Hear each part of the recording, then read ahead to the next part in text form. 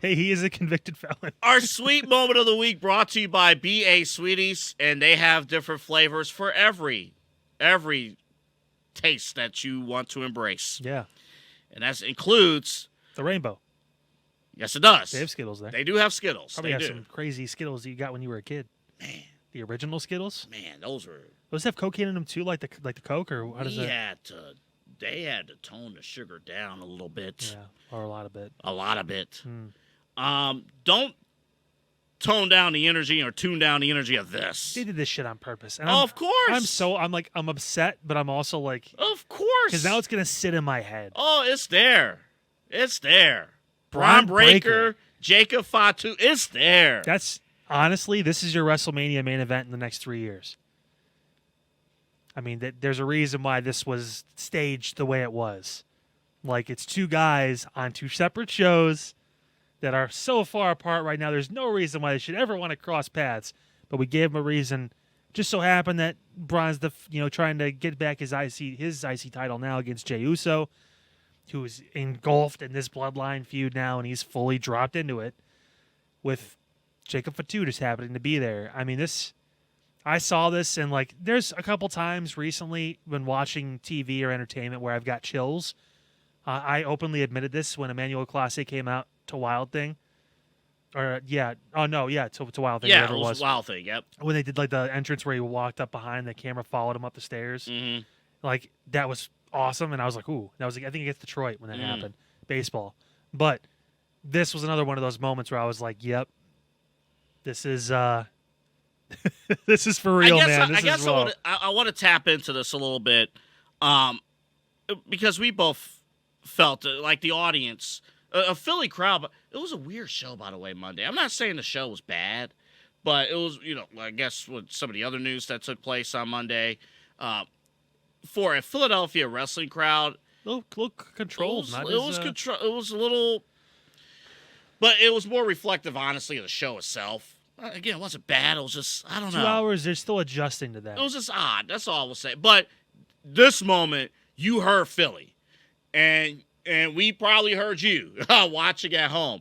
What makes this face-off, though?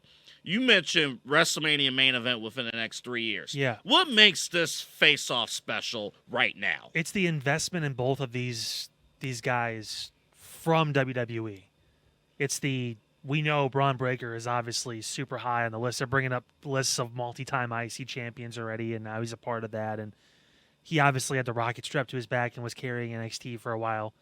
And then obviously the attention they've put on Jacob Fatu over on SmackDown, where we've almost said, we've said this on the show multiple times, where it's like, hey, it almost feels like he's the leader of the Bloodline 2.0 or Team Bloodline or whatever.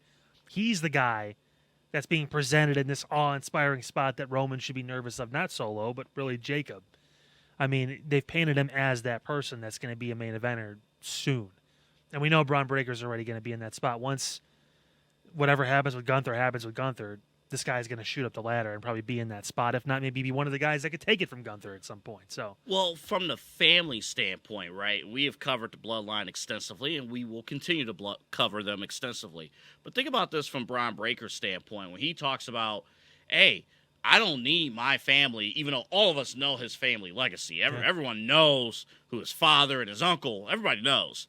But he's the one guy... Vince McMahon famously did not give him the Steiner name, and he's actually embracing the fact that he doesn't have the Steiner name, even though we all know the family in which he comes from. Yeah. And the lead up to the Intercontinental Championship match and the follow-up rematch, where my family has always taken care or has always beat up on your family, mentioning the Steiners, over, the Bloodline, over, Fatu's and whatever the family is. Yeah. It feels like that clash could be simmering. Now, if we're talking about... The problem is Bron doesn't have like 45 cousins to go down the list. True. But here's the thing, though. Doesn't need him. Here's the thing, though. If we're talking about the whole multiverse of that family, not the Steiners, but the Bloodline. And there are multiple chapters, and we could spend hours talking about, okay, what's next in the Bloodline chapter? What's next here? What's next here?